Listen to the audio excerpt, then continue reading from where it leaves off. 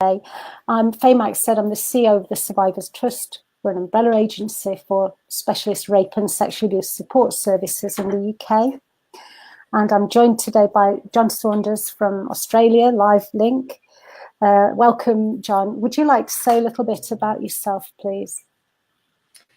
Sure. I'm a writer on institutional child abuse and the effects that it has on men, the effects that it has on survivors. I'm a survivor myself. I've written 2 books about institutional child abuse and recovery.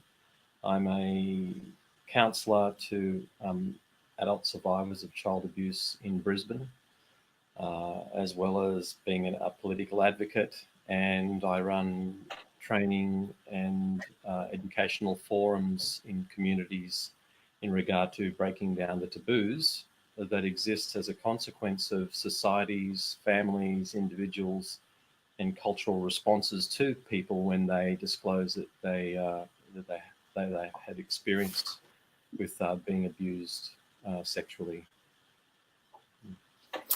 Thank you, John. And actually today what we're wanting to talk about is recovery from childhood sexual abuse, how that can happen, what that can feel like for someone, and some of the difficulties that people say. So I wanted to kick off just with some statistics from here in the UK, findings that 7% of adults is a minimum have experienced sexual assault during childhood. Very often people don't report, very often for many decades. So each year, we're hearing more and more people coming forward and more people reporting. But we still seem to be at a stage where support isn't always easily accessed for people. And I think there are still a lot of myths in society around perpetrators, around who are the victims, and about what it means to have been sexually abused as a child. And in some ways there is a stigma around that, or a taboo, as if you've had that experience, then that means you're damaged, or you can't live a fulfilling life and won't be able to recover. And I think that's such a depressing message for people to hear.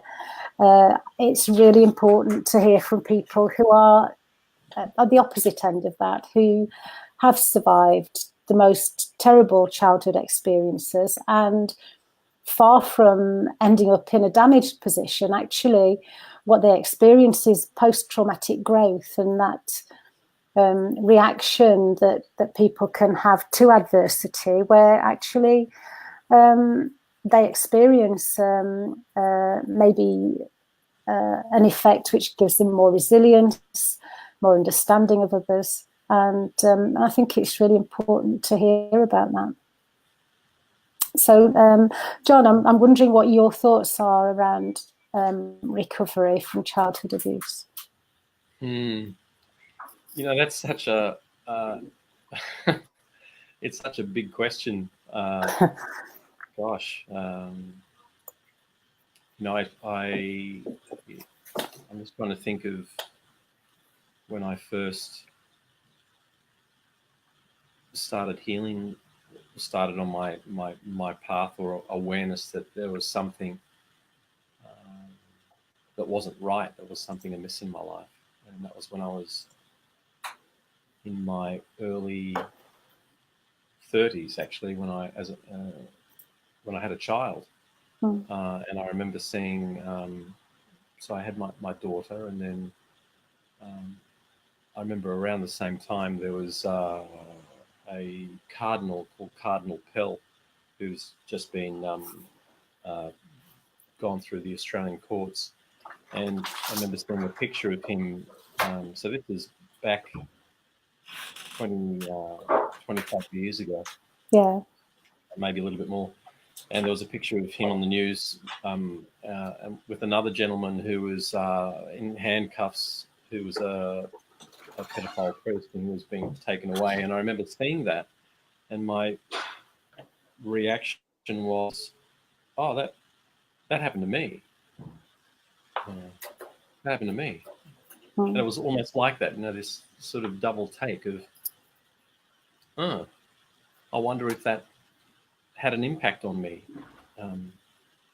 It must have had an impact. Did it have an impact on me? And from that moment, I decided that I wanted to go and see a psychologist, or I had the opportunity to go and see someone, because I started reading books about, the impacts of child sexual abuse, and I was displaying behaviours that I hadn't recognised yet, where I over-identified with the behaviours and thought that was just who I was. My destructive behaviours, my behaviours around not wanting to be. I wasn't comfortable with playing with my kids. I had sexual uncomfortability. I got concerned when I was being touched, or someone was just sincerely touching me to show some affection, and I would always think that they were wanting to have sex with me, and there were all these things, but I just thought it was me. So I decided to go along to a therapist, a psychologist, a male, and this started me on my journey. And I remember the first thing he did is he sat me down in this chair and asked me who I was, and we just went through the preliminary things, but then said, okay, so can you remember anything about of what happened? And I remember saying, yeah, I remember a few things. And he said, just slow down a little bit. And because I was being very racy, I was sort of skipping over my mind through its beautiful defenses, always wanted to skip over anything that had any emotional connection to what I was talking. If there was an emotional connection to what I was talking about in relationship to the abuse, that my mind wanted to move very quickly over it. It didn't want to actually be seen. It wanted to protect me from what I was suppressing underneath that, which was a lot of fear, shame, guilt, a lot of uncomfortability about talking about it in front of another man. And I remember I was threatened at the time that there was this man in the room with me. Even though he was a psychologist, I was threatened that he might want to sexually abuse me. So I had all these things racing on inside my head. And he just said, just take it easy, and what's happening? And all of a sudden I remembered that this man touching me, the pedophile, when I was 10 years of age. And I literally sprang off the couch. I jumped off the couch like, oh, this is not happening. And it was very, very abrupt, and got a very strong flashback and a very, very strong bodily reaction, and felt highly uncomfortable. And this psychologist, who was supposedly very comfortable and familiar with dealing with these things, said to me, look, it happened back when you were 10. I think it's better that you just don't think about this and just get on with your life. Blimey. Exactly. And yeah, blimey is the word. So that was my initial healing. That was the initial response to society and to whatever it was. That was the best they could come up with. And then for the next year, because I thought, you know what, I'm going to trust this guy that he knows more than I do. Maybe I can just put this out of my mind, take it away, and I'll get back onto living my life. So in the next year and a half, I was working in the corporate sector as a communication consultant to Nestle, to Amco, to Pfizer, to I used to set up these conferences and teach large groups about communications, and all that actually just went belly up. I couldn't do that anymore. I became suicidal and very anxious. I got threatened that I was going to turn into a pedophile myself, because that's what society's information was at the time, that if you were a sexual, if you had experienced child sexual abuse and you're an adult, that you possibly would become a pedophile yourself. So I thought the next best thing I could do is just take myself into a forest and kill myself. So that's what happened in the first year and a half of my healing journey. And then I had to recognize through my family and through many tears and many friends talking to me and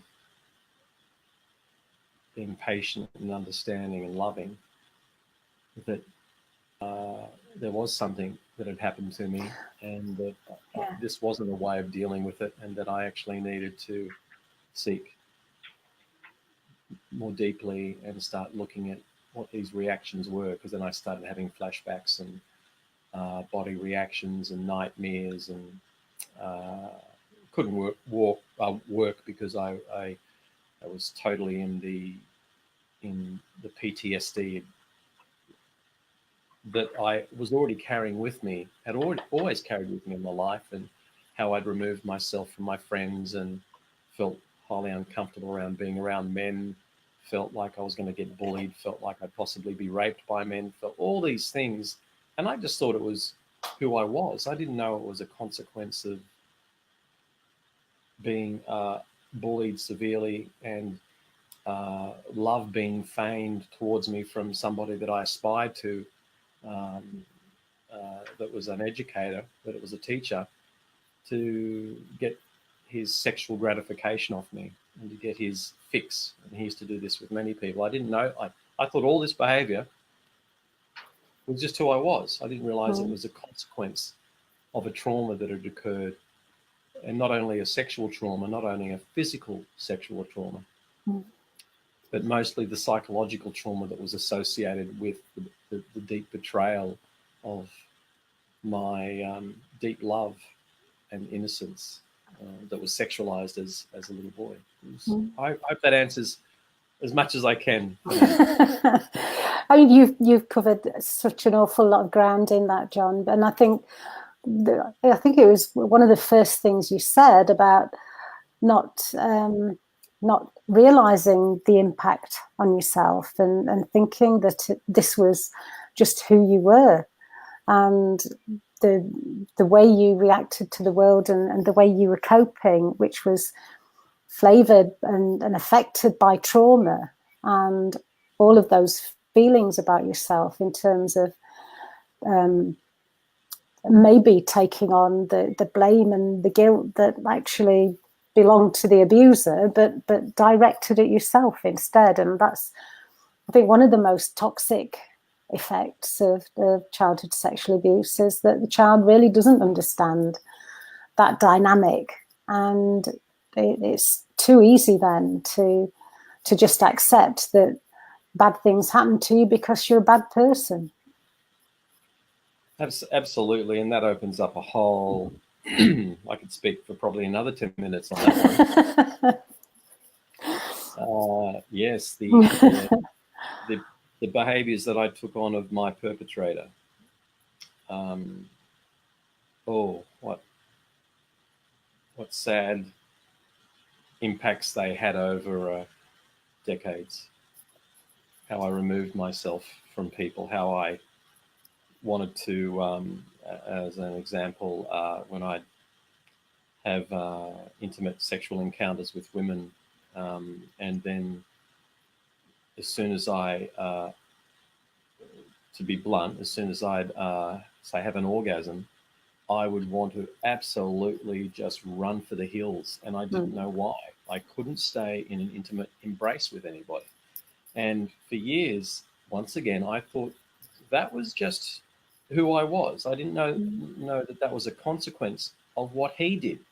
So what he used to do when I started doing work on myself, he would say, sit many boys on his lap, and then he would get his, without going into too much detail, he would use us to arouse himself. And then if he orgasmed or had some sort of sexual excitation, he'd go into, I remember watching him as a little boy, not knowing what was happening to him, but could see him, say,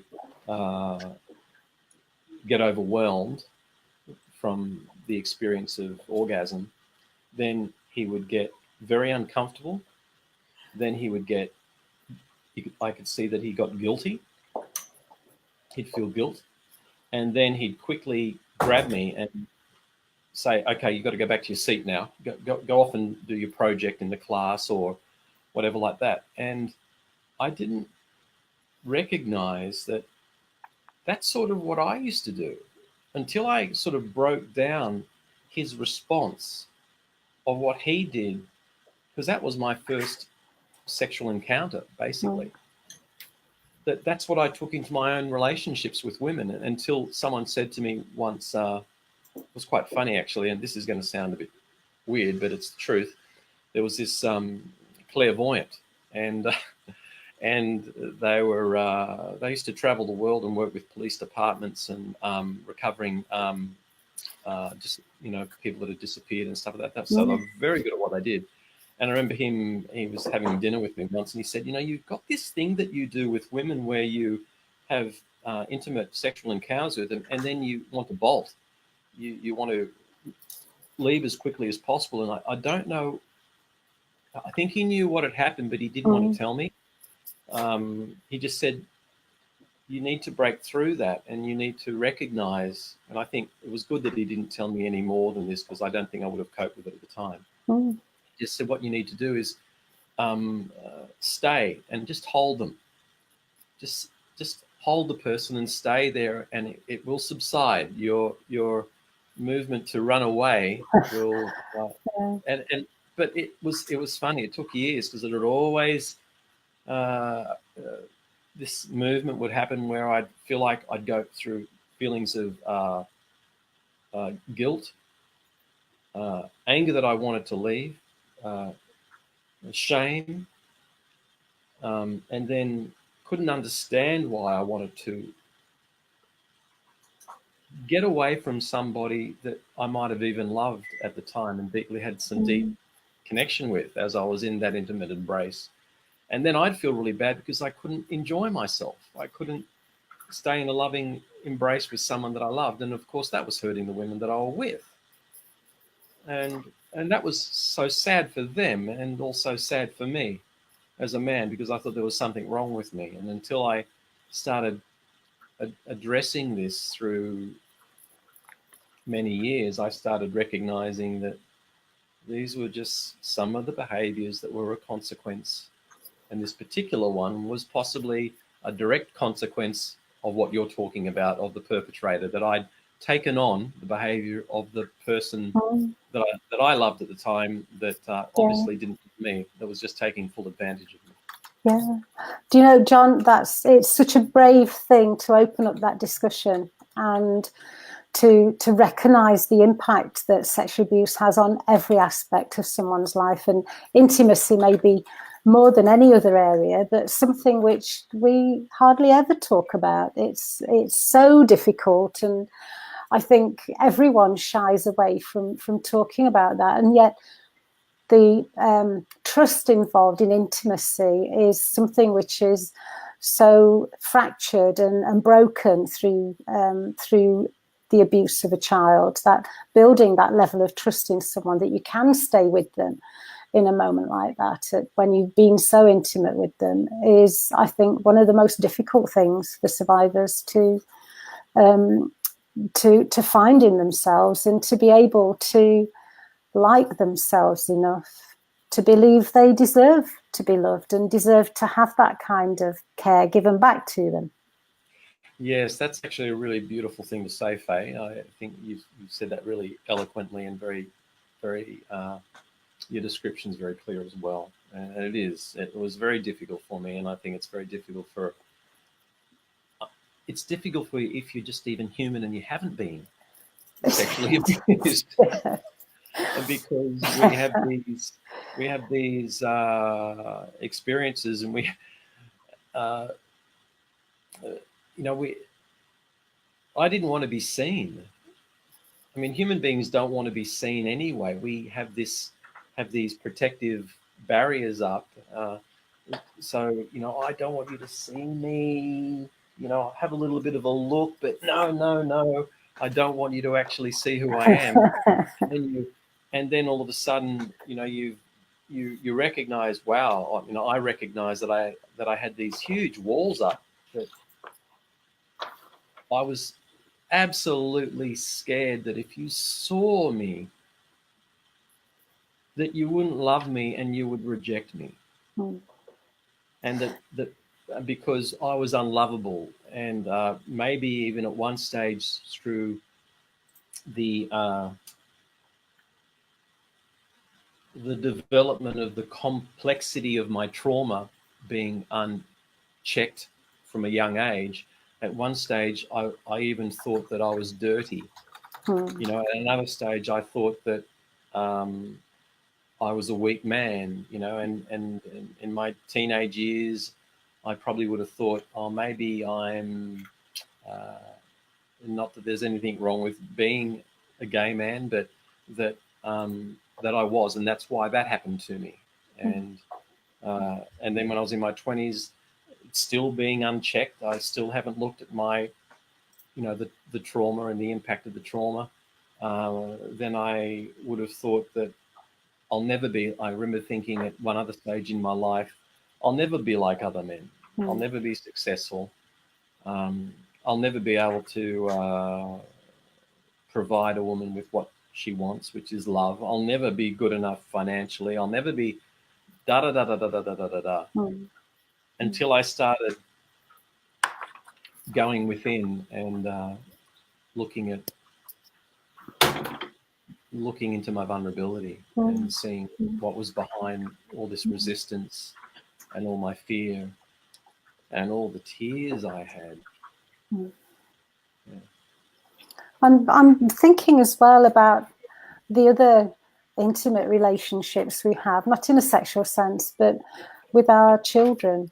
And, the number of survivors I've spoken to who opt out of parenthood or approach it with such fear and scare around not being able to hug children or hold them or share those kind of moments with children that actually we need as human beings. We all need to be touched and experience that warmth of being with a fellow human being, particularly parent to child. And yet so difficult very often for survivors. And I find mothers, but particularly fathers, I think, feel very cautious and very wary of being around children and often fearful of being fathers. And I'm wondering, fathers, of being fathers themselves, of having children. Absolutely. It's frightening enough. I mean, as a couples counsellor, I have a couple of clients right now who are just about to have buddies, and they haven't been sexually abused, and they're absolutely frightened to have children. And they haven't experienced that. And I remember, when my daughter, I already had two stepkids, a little girl who was about 8, and a little boy the little girl was about 7, and my boy at the time was about 8 years of age. And I had my daughter, because they were my stepkids, and I had this little baby. And then, of course, I find out about, I remembered that I was abused. And as I said before, then the information was out there that I could become a pedophile. So what I did, and one of my daughters, who's such a sweetheart, and I had such a beautiful relationship with her, and still do. But at the time when she was about 8, I withdrew from her because I was frightened that I was going to sexually abuse her. And it was very sad for her and very sad for me.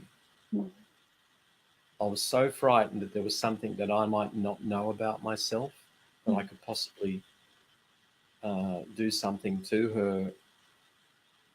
And I was so frightened that I didn't know myself, So the best thing I did is remove myself, and that created so much suffering for me. Because the other thing I wanted to do is I thought, I'm not a good father, like you're saying, I won't be a good father. So I may as well, I think in fact what I possibly did do is I was even tried to destroy the relationship at one point. So I could say, there you go, you see, I'm a horrible person, I'm destructive, if I can, and also this is a very good point actually, if I can get you to leave me, the person that I love, then that proves to me that I am unlovable and there's something wrong with me. So what I would do is I'd put my relationship under so much pressure. I put my wife under so much pressure trying to just get her to leave me because I felt so confused and so so I was testing her all the time, testing our love all the time, and it was she was so beautiful and so understanding, and unfortunately we didn't survive. We didn't survive that, and we're still very good friends, and we very much love each other. We have a beautiful daughter who's now 26, and we go trekking together and spend Christmases together and stuff like that.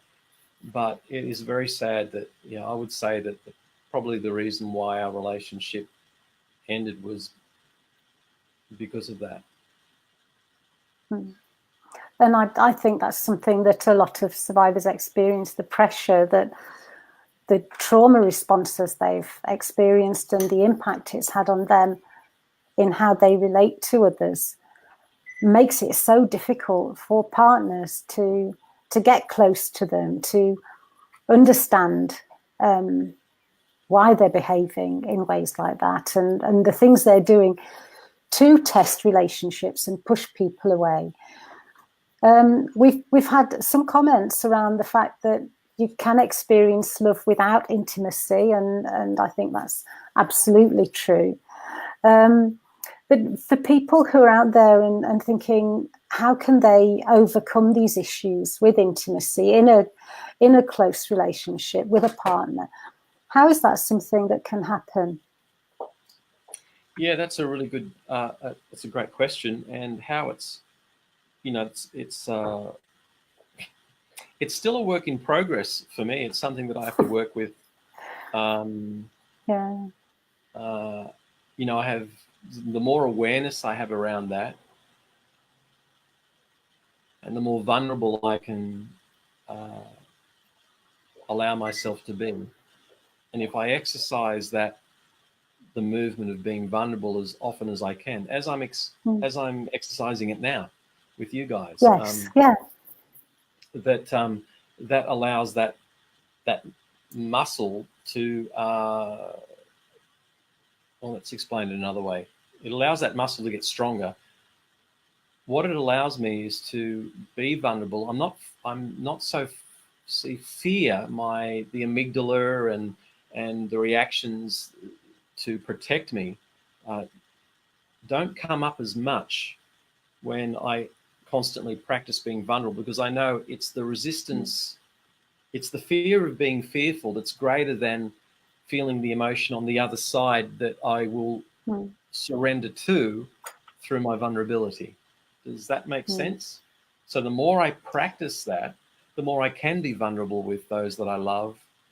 I can have beautiful, loving conversations, and I can have intimacy, but it is something that I have to be very mindful of when my mind might be triggered with something that is negative. And if I don't catch it at the time, over the next couple of days, I don't do as much now. I could drop into a depression or drop into a PTSD state or whatever like that. So the more I can be aware and exercise the ability of being vulnerable, the more that doesn't happen. And my turnaround to coming back to being present and intimate with you, if that's required, and communicating with you clearly and letting you see who I am, the movement back to that is much faster. Does that explain a little bit to you?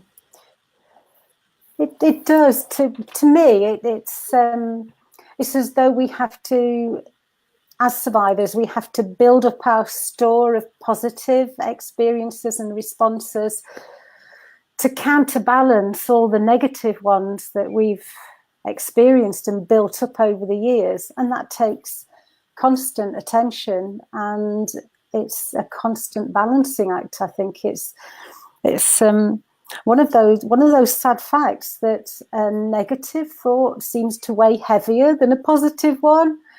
And you know, it seems like you need far more positive ones to outweigh the negative. So keeping that constant check on it, I think, certainly for me, is really important. We've had a question come in about children having counselling before and during a trial, and you know, we do have guidelines in the UK around pretrial therapy, and yet, you know, still finding that it's difficult sometimes for that to be provided, and some really negative experiences, even, you know, young people taking their lives in the process of being involved in court cases. I think one question we've had is where counselling was refused to a young person. Was that a failure in the system to respond to that child's needs? And I think someone here struggling to get an answer to that. I don't know what your viewpoint is, John, but for me, I would say definitely the system failed that child. At the time this happened, I think, was before the guidelines were brought in, and there was a lot of confusion. So probably people around just weren't aware that therapy should be provided. How do you approach therapy for children who are involved in court cases in Australia? What's the system like there? You're asking me a question I don't have any knowledge of. Okay. I don't have any knowledge. I'm sorry, whoever asked that. I don't know. I don't have any experience. I'll try and find out a bit more information and get back specifically on that question. I just thought it was important to bring up in the course of this chat because it's there for that person, and you know, it must have been an awful experience to have someone close go through that. Oh, that would be horrible. Yeah, but also I think it really brings home the fact that childhood sexual abuse is life-changing and life-limiting sometimes, and destructive to the point of someone taking their own life. You know, I think sometimes the impact can be minimized or a blind eye turned to the destruction that childhood sexual abuse causes. And, you know, you were talking earlier about Pell And the inquiry here in the UK has just published a report into Bishop Bell, and it comments in that about the role of the Archbishop of Canterbury, Lord Carey at the time, and the fact that he was so forgiving towards this bishop who had convictions for childhood sexual abuse, and yet that forgiveness wasn't shown towards the survivors. And it feels like that's replicated in lots of different ways. So our criminal justice system is very punishing for survivors to go through. There are lots of myths in society about survivors, and it feels as if there is really a toxic environment sometimes that we have to wade through and fight through to find the truth. Absolutely. Before I answer that, I'm just recognizing that my battery in my computer has dropped, and I just have to, you're going to have to give me about a minute at the most just to plug it in. So could you just pause for a second? Okay, will do. I'll sort it out, and then I'll be back in about a minute. Okay.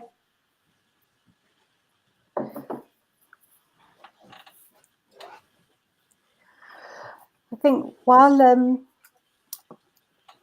John's away, I'll just take the opportunity to remind everyone that if you have questions that you want specific answers to, then send them to us and we will get back to you. If we don't get a chance to answer them during today's session, then we'll reply specifically. We'll try to get to them and talk to John about it as well, but if not, we will get back to you with the answers. So one of the next questions we have coming up is from someone who's I'll carry on in when John gets settled.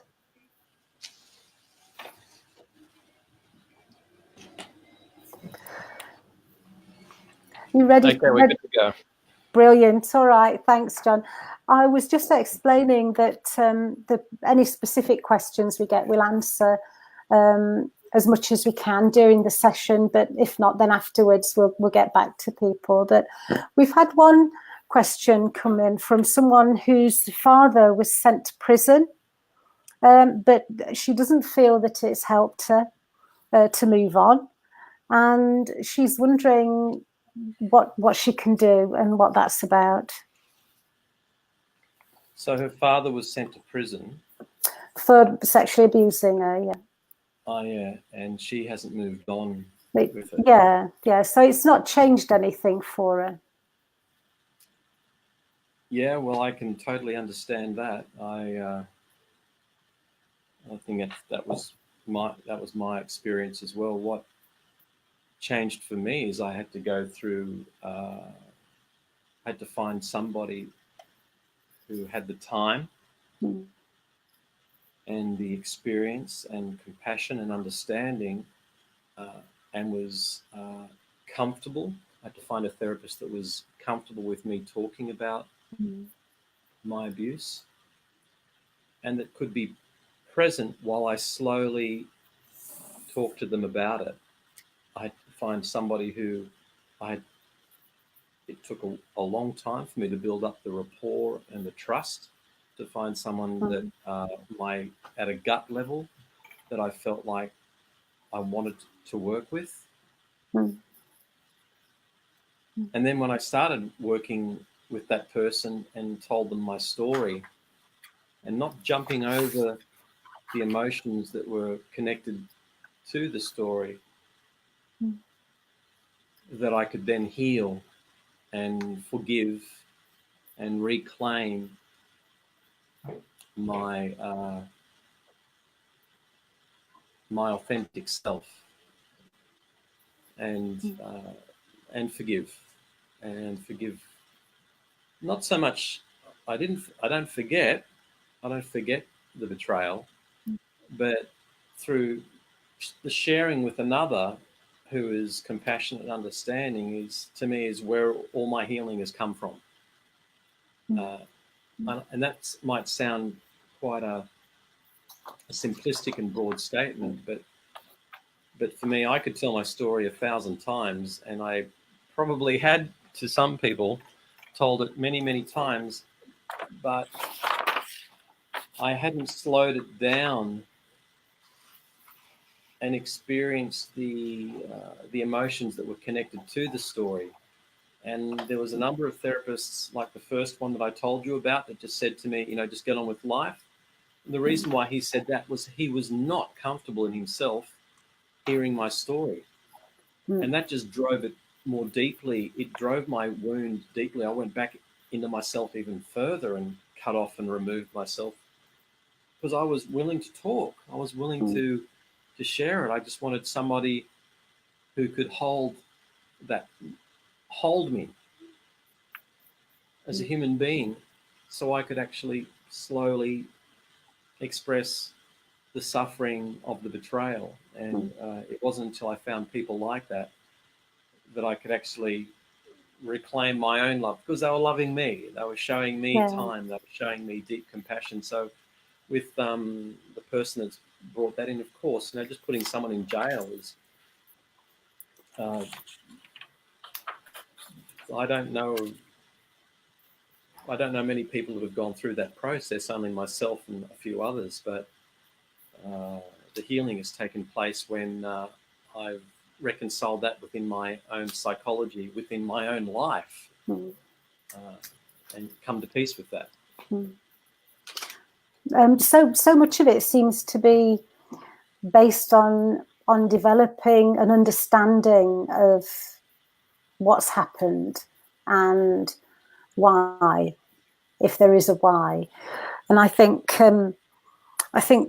particularly when it's a family member, when it's a father who's the abuser, then that throws up so many conflicting feelings, because this is someone who should be protective and loving towards you, should be caring for you, and yet has in the most basic way betrayed all of that. And yet for a child, the drive to love that person is a survival mechanism. In reality, as a child, you are dependent on your parents for everything. And therefore, to not love them undermines your own survival and sense of safety. So there's a conflict there between experiencing the negative that's happening and yet feeling that, you still have to maintain that close bond.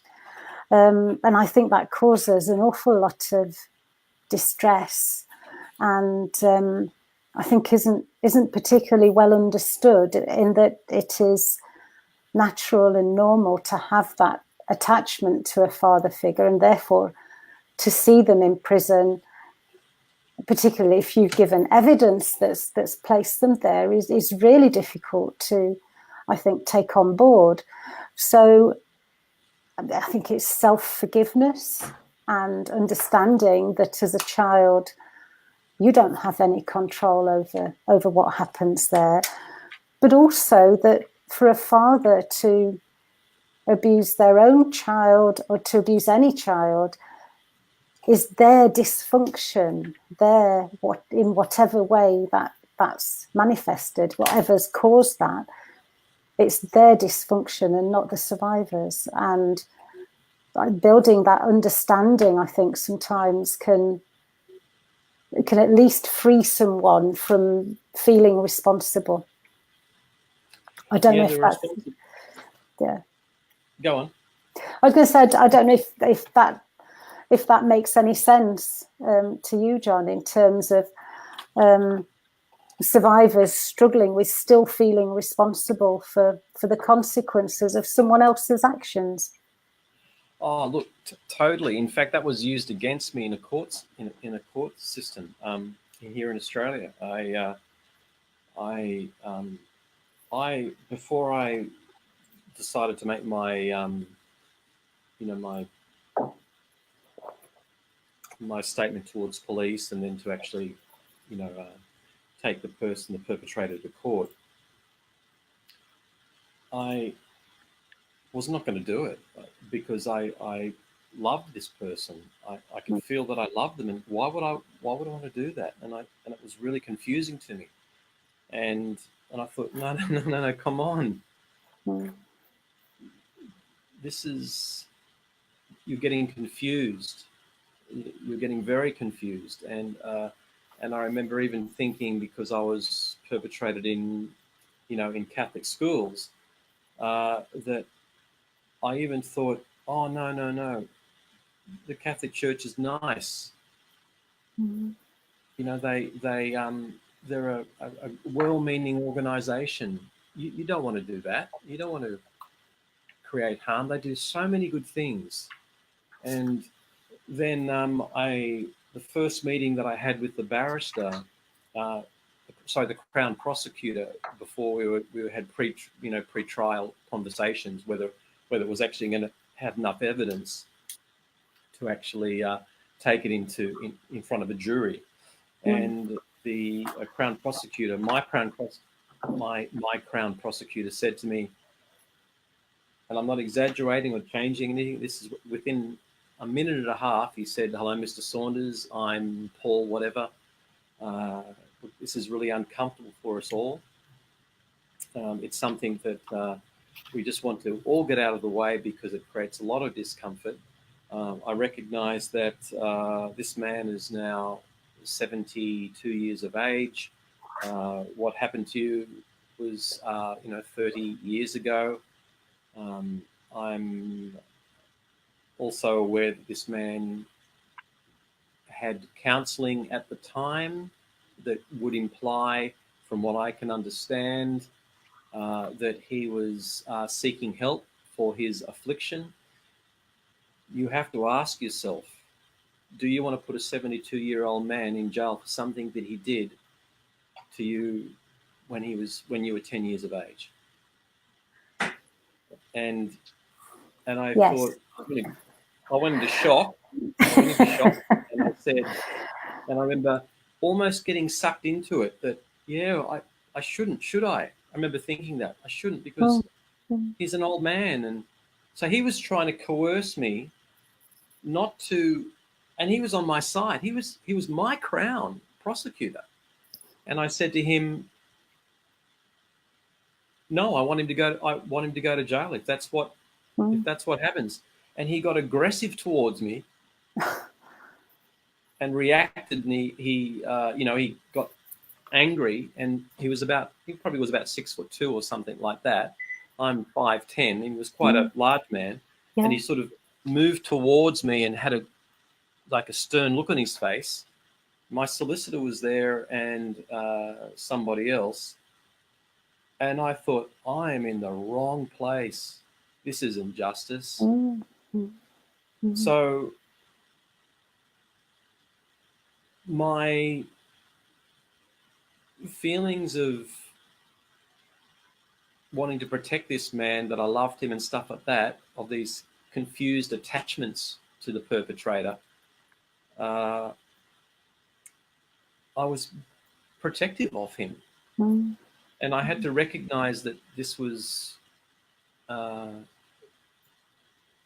not right. I even actually remember going outside the courtroom to have a break, because I was, after that meeting, I thought, what the hell am I doing here?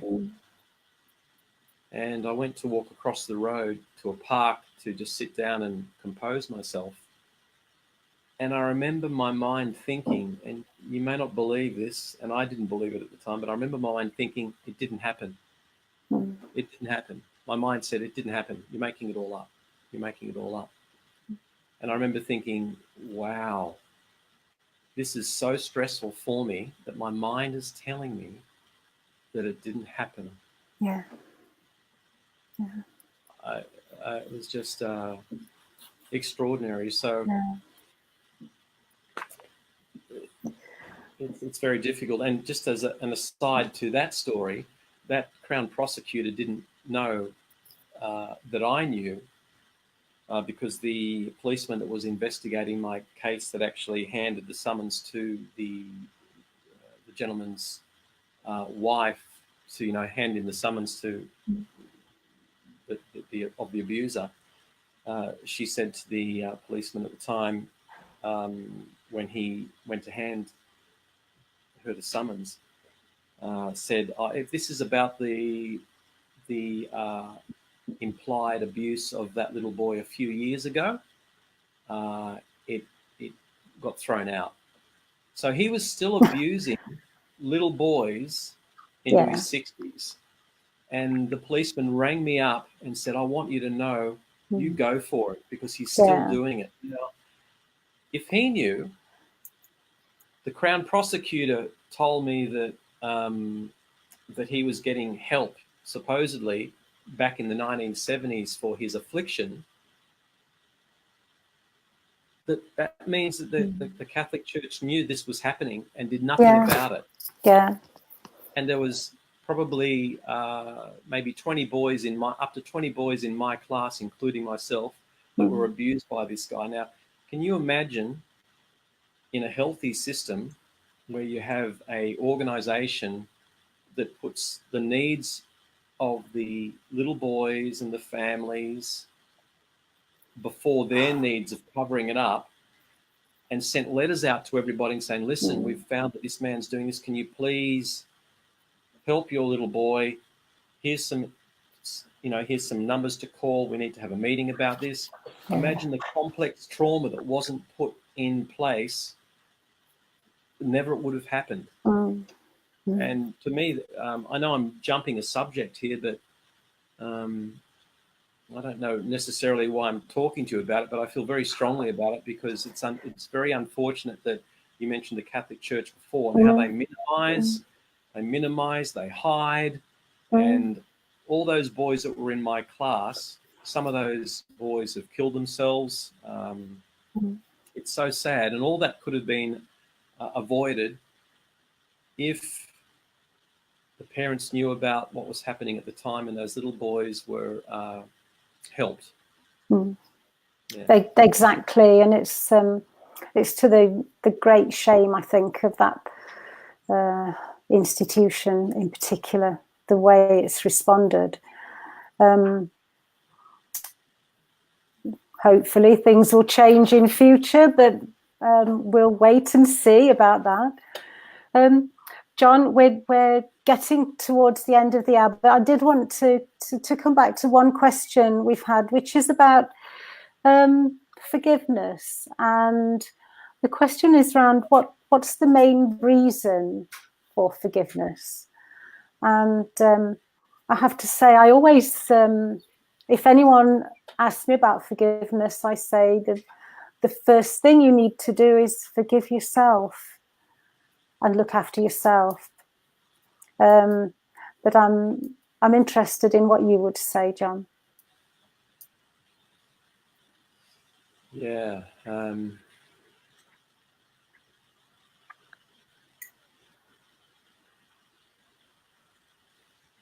You're speaking about something, and there's a really big jump, I think, for me to actually respond, because forgiveness for me means something totally different now than it did when I was looking at my abuse 25 years ago. To me, forgiveness was something that I learned religiously. Right. Okay. Something that others told me about. You did this thing and it had this effect, and you just forgave the person for whatever they did, and that was what you did. Yeah. And then that would make you feel better, because it just would. So now forgiveness is completely different for me. Forgiveness is where I sit now, is that I'm at a level where I believe, and probably some people aren't going to like what I'm going to say here, but I'm going to say it anyway, is that forgiveness is an inner movement.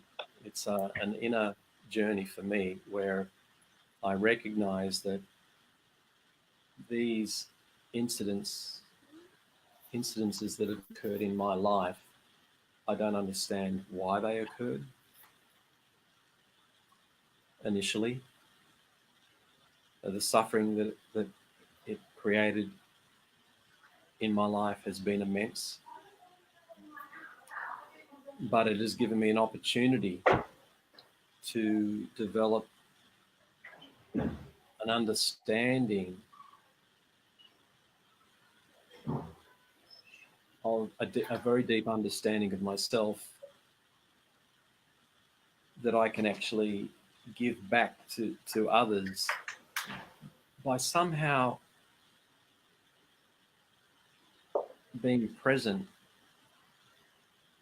being comfortable and safe in myself with what occurred. Mm.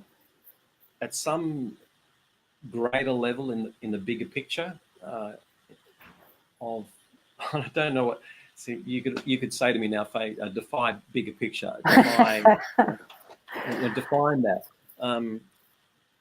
I just know it's made me. I had a choice. I could either be miserable, suffer, be angry, kill myself, be a victim in it, always be disempowered in it, or I could go, you know what?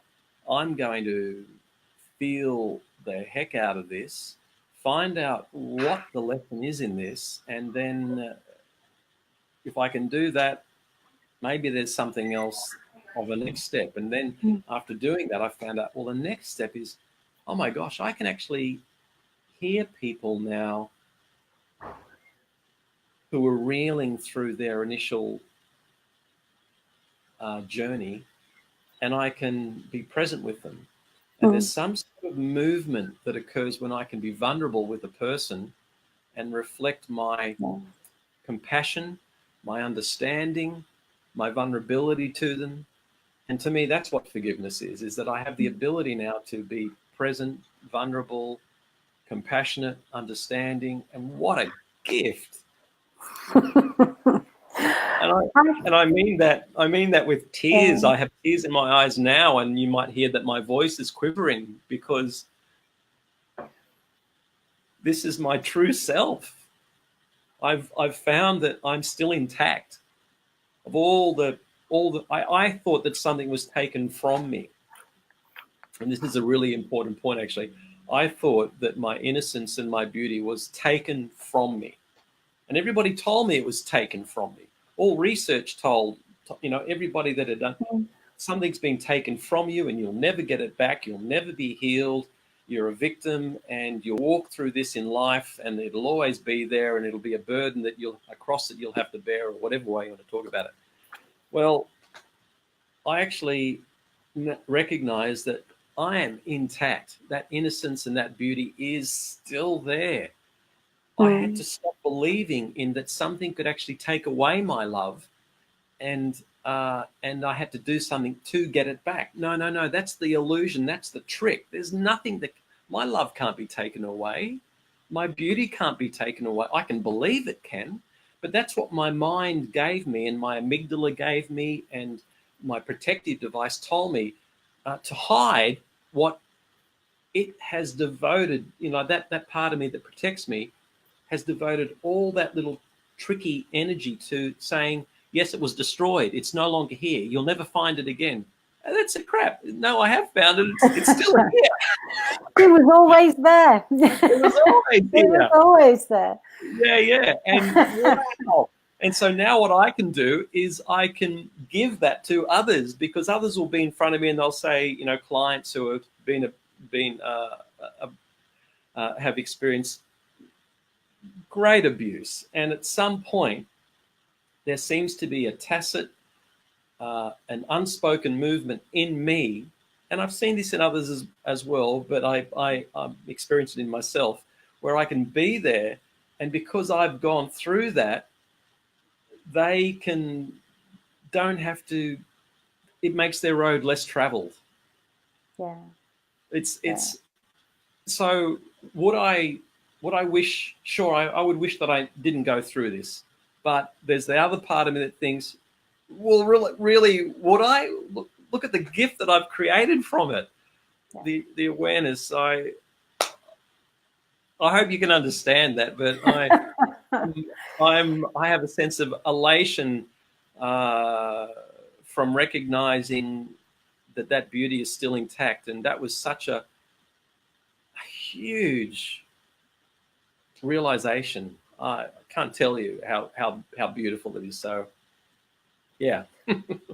Thank you so much for sharing that, John. And it's wonderful to hear you talk like that, and to talk about actually the gift that you found in what happened to you, and the fact that you are you, and nothing harms that. You know, the beauty inside you stays there. I'm really sorry. We've come to the end of our time. We've gone over a little bit, so I apologize for that. But John, it was an absolute pleasure to talk to you, and thank you so much for sharing everything in the way that you have done. And take good care. I hope we'll speak again soon. And yeah, take care too. Take care. And for everyone who's joined us, take care of yourselves, and hopefully we'll be running another one of these sessions soon. Okay, bye-bye. Bye.